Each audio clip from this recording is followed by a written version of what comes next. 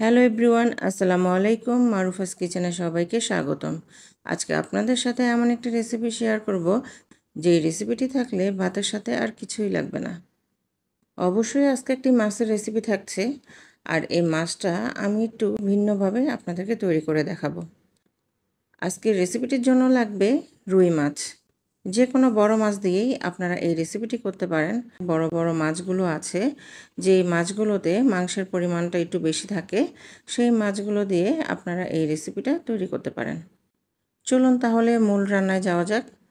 আজকের রেসিপিটির জন্য নিয়েছি রুই মাছের মাথা, লেজ এবং আমি কিছু মাছের টুকরো নিয়েছি।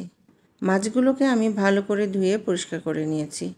একটা কথা সবসময় মনে রাখবেন, মাছ যত ভালোভাবে ধুয়ে পরিষ্কার করে নেবেন, মাছ কিন্তু খেতে ততই মিঠা লাগবে।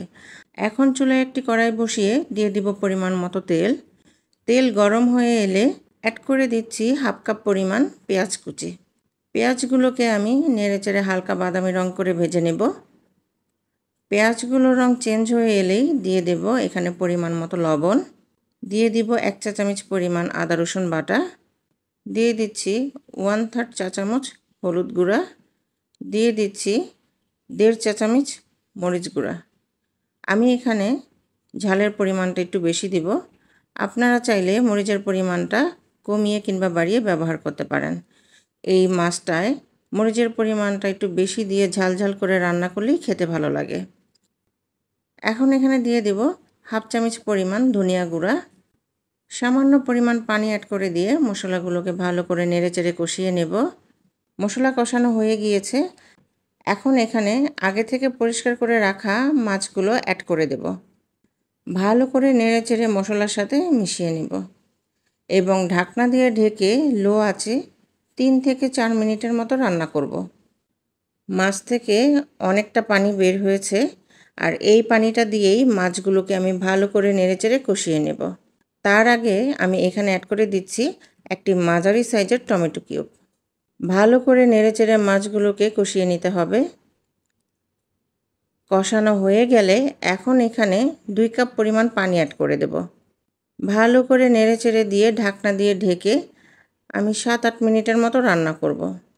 মাছের মাথা সিদ্ধ হতে একটু সময় নেয়, তাই আমি এখানে পানির পরিমাণটা একটু বেশি অ্যাড করেছি।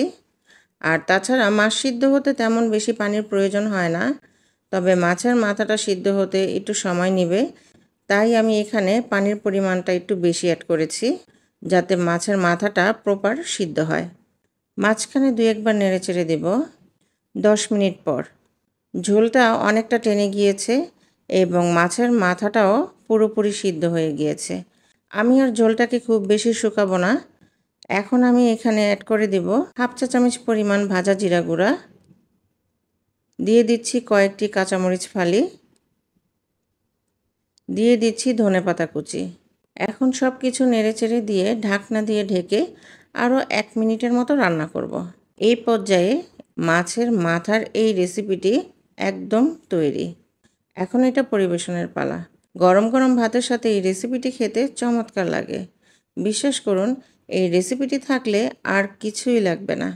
বাড়িতে একবার হলেও এই রেসিপিটি ট্রাই করবেন এবং খেতে কেমন হয়েছে কমেন্ট বক্সে জানাবেন। পরবর্তী রান্না দেখার আমন্ত্রণ জানিয়ে এখানেই বিদায় নিচ্ছি। আল্লাহ হাফেজ।